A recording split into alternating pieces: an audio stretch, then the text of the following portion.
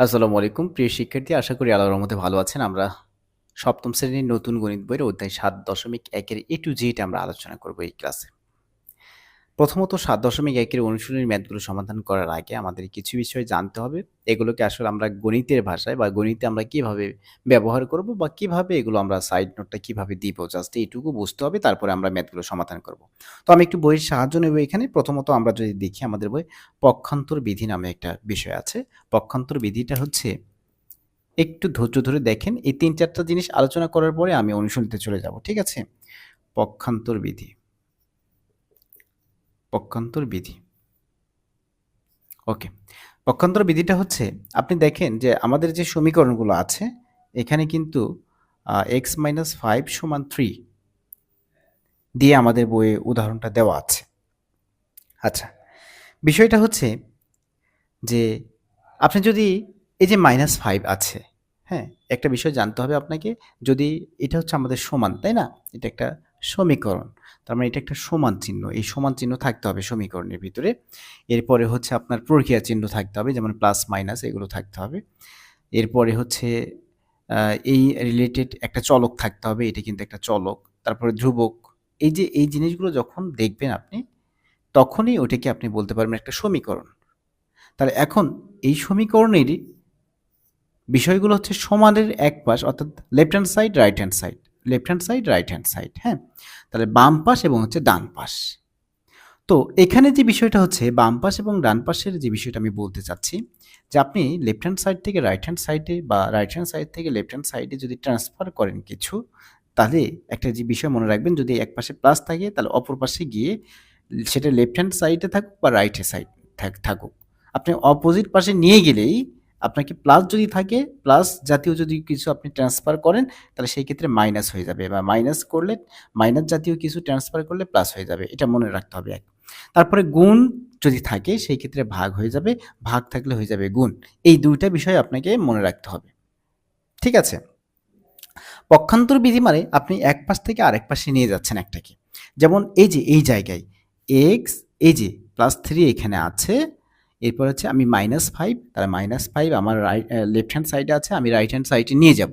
তাহলে এখানে কিন্তু মাইনাস আছে, ওই পাশে গিয়ে হয়ে যাবে প্লাস। সহজে বোঝার ট্রাই করেন। ঠিক আছে? তাহলে এক্স এর মানটা হচ্ছে 3 আর 5 যদি আপনি যোগ করেন 8। এটা হচ্ছে পক্ষান্তর বিধি।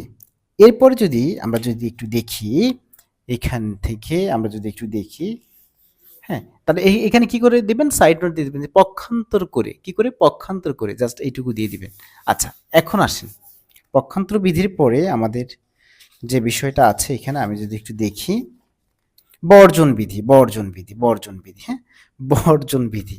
আচ্ছা, বর্জন বিধি মানে, বর্জন বিধিটা আমরা খুব একটা ইউজ করব না, আমরা ডিরেক্টলি করে ফেলবো বর্জন বিধি। বর্জন বিধিটা কি, যে একটা সমীকরণ আমি যদি লিখি যে 2x + 3 আর হচ্ছে a + 5 + 3, জাস্ট লিখলাম। এই যে একটা সমীকরণ, এই সমীকরণের আপনি বর্জন বিধি মানে মনে রাখবেন যে বর্জন করা, কোনো কিছু ত্যাগ করা, বর্জন করা। কিন্তু শর্ত হচ্ছে একই চিহ্ন যুক্ত হতে হবে, একই চিহ্ন যুক্ত হতে হবে। যদি সমান হয়, একই চিহ্ন যুক্ত হয়, তবেই আমরা সেটাকে বর্জন করতে পারবো। অর্থাৎ সমীকরণের লেফট হ্যান্ড সাইডে যা আছে, সমীকরণের রাইট হ্যান্ড সাইডে ওইটাই আছে, +3 +3, অথবা -3 -3 আছে। যদি একই রকম থাকে সেই ক্ষেত্রে আপনি ওইটাকে একবারে বর্জন করতে পারবেন। যেমন এখান থেকে আমি +3, এই পাশেও +3 আছে, রাইট হ্যান্ড সাইডেও +3 আছে। তার মানে আমি +3 কে বর্জন করতে পারবো, এখান থেকে কি করতে পারবো, বর্জন করতে পারবো। তাহলে বর্জন করে এখানে থাকবে কত, 2x, আর এখানে থাকবে কত, 5। তার মানে 2x = 5। এই যে +3 কে আউট করাই হচ্ছে বর্জন বিধি। যাই হোক, এটা হচ্ছে বর্জন বিধি ছিল। এগুলো আমাদের একটু একটু করে হলেও জানতে হবে। হ্যাঁ, এরপরে নেক্সট যে বিষয়টা আমরা শিখবো সেটা হচ্ছে আর গুণন বিধি। কি গুণন বিধি, আর গুণন বিধি। যেমন এই যে ভগ্নাংশ রিলেটেড কিছু আপনি সমীকরণ পাবেন, ভগ্নাংশ রিলেটেড কিছু আপনি সমীকরণ পাবেন, যেমন এইটা। আমি জাস্ট এখানে 2 লিখেছি, এটা কিন্তু নর্মালি বর্জন বিধি অনুযায়ী 2 কেটে যায়। আমি আচ্ছা অন্য কিছু দিয়ে দিই। এই যে আর গুণন বিধিটা হচ্ছে, এটাকে আরেকটা নাম বলা হয় বজ্র গুণন।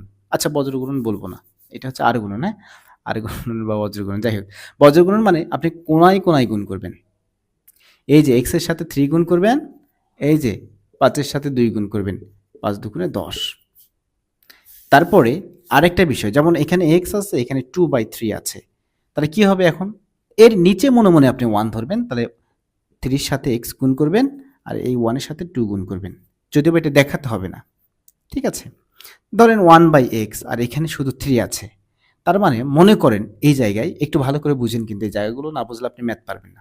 এই 3 উপরে কিন্তু 1 থাকবে না, মনে রাখবেন উপরে 1 থাকবে না, কারণ উপরে যদি 1 দেন তাহলে 1/3, তাহলে 1/3 মানে অন্য একটা কিছু বোঝালো, 3 বোঝালো না।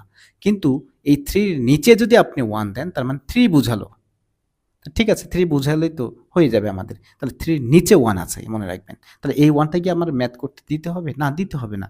বুঝতে হবে যে 1টা নিচে আছে। তাহলে মানে মূলত এই 1 এর সাথে এই যে এইভাবে যদি আমি গুণ করি, তাহলে এই 1 যে ছিল এই 1 এর গুণ হবে 1 1 1। আর এই পাশে যদি গুণ করেন তাহলে 3 এর সাথে x, 3x, তাহলে 3x সমান 1।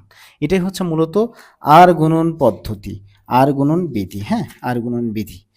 এরপর হচ্ছে প্রতিসাম্য বিধি। প্রতিসাম্য বিধিটা কেমন? প্রতিসাম্য বিধি হচ্ছে পুরোটাকে চেঞ্জ করে ফেলবেন। স্যার পুরোটাকে চেঞ্জ করা মানে কি? যেমন এই পাশে আছে 2x + 3, এই পাশে আছে 3y + 2। আমি যদি 3y + 2 কে কোনো চিহ্ন পরিবর্তন ইত্যাদি কিচ্ছু করব না, জাস্ট এটাকে সমানের এপাশে লিখব। আর এই 2x + 3 কে আমি রাইট হ্যান্ড সাইডে নিয়ে যাব, যেরকম আছে ওই রকমই রাখবো, কোনো পরিবর্তন করব না।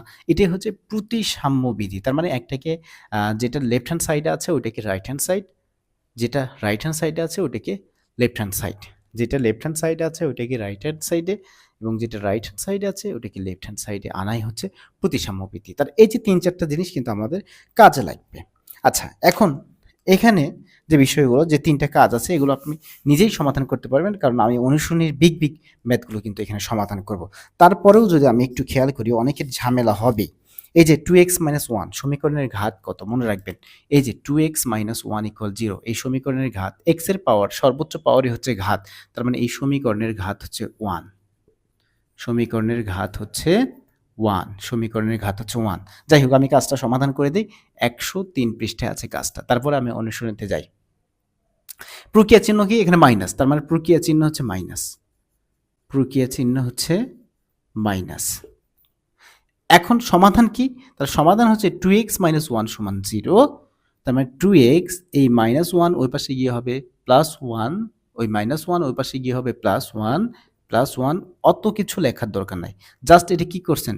পক্ষান্তর করছেন, মানে এক পাশে নিয়ে গেছেন, তার মানে এটা একটু দিয়ে দিলেন পক্ষান্তর করে, সাইড নোটটা একটু দিবেন, যেহেতু সপ্তম শ্রেণীতে পড়েন আপনি, এই সেহেতু ধীরে ধীরে এগুলো সাইড নোট দিয়ে করবেন। যখন বিগ হয়ে যাবেন, বড় হয়ে যাবেন, তখন সাইড নোট দিলে দিবেন, না দিলে না দিবেন, এটা হচ্ছে পরের বিষয়। আচ্ছা, এখন এই যে 2x, তার মানে 2x এর সাথে গুণ আছে, গুণ আছে, তার মানে ওই পাশে গিয়ে ভাগ হবে, তার মানে 1 ভাগ হচ্ছে 2। This is answer. এটাই মূলত আমাদের এই জায়গায়, হ্যাঁ? এটাকে জাস্ট এভাবে লিখে দিবেন, আর কিছু নাই এখানে। মূলত এই যে কাজটা ছিল, এই কাজের এটাই হচ্ছে আমাদের সমাধান। ওকে, এখন আমরা চলে যাব হচ্ছে অনুশীলনীর ভিতরে। তারপরে যদি সম্ভব হয়, আমরা যে এখানে 2টা কাজ আছে মনে হয়, এগুলো একটু আমরা দেখব। ওকে, সমাধান করো। 2x - 1 = 0, এটা তো করেই ফেলছি। এরপরে x/2 + 1 = 3, এটা দেখেন। আচ্ছা, আমরা বড় ম্যাথগুলো একটু সমাধান করি। 1 নাম্বার ম্যাথটা একটু দেওয়া আছে কি দেখেন তো। 1 নাম্বার ম্যাথটা দেওয়া আছে 4x + 1, 4x + 1 = 2x + 7।